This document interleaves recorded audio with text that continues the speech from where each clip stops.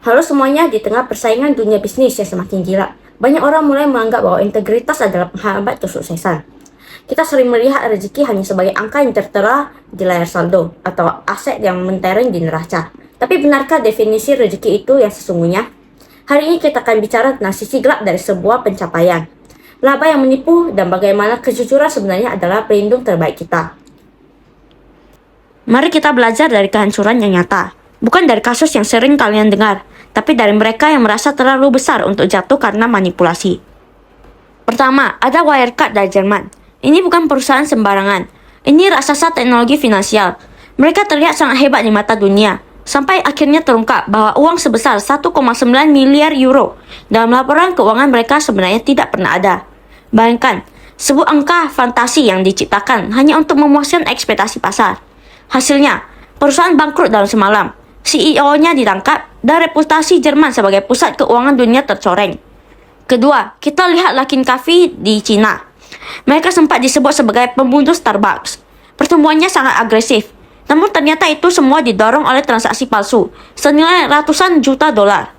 Mereka memanipulasi data penjualan agar terlihat laku keras di mata investor. Ketika kebenaran terungkap, saham mereka anjlok habis-habisan dan mereka harus membayar denda yang sangat mahal. Ketiga, skandal Theranos di Silicon Valley. Elizabeth Holmes meyakini dunia bahwa dia punya teknologi tersedia revolusioner. Dia mendapatkan investasi miliaran dolar berdasarkan kebohongan. Ia memilih untuk terus memanipulasi hasil tes daripada mengakui bahwa teknologinya gagal. Akhir ceritanya, penjara. Bukan hanya kehilangan kekayaan, tapi juga kehilangan martabat dan kebebasannya.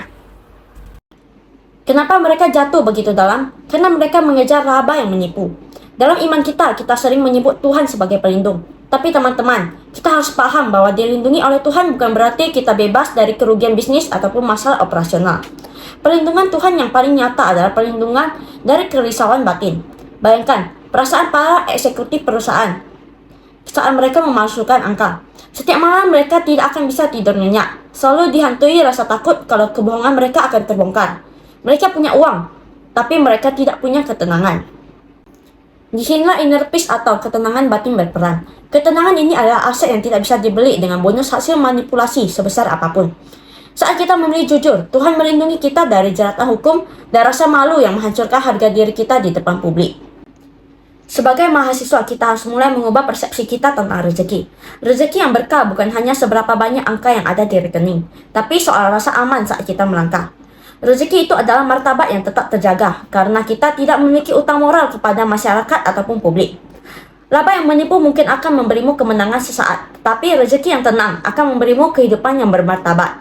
Mari kita menjaga integritas karena pada akhirnya pelindung terbaik bagi profesional adalah hati murni yang bersih di hadapan Sang Pencipta. Saya Gardin, terima kasih.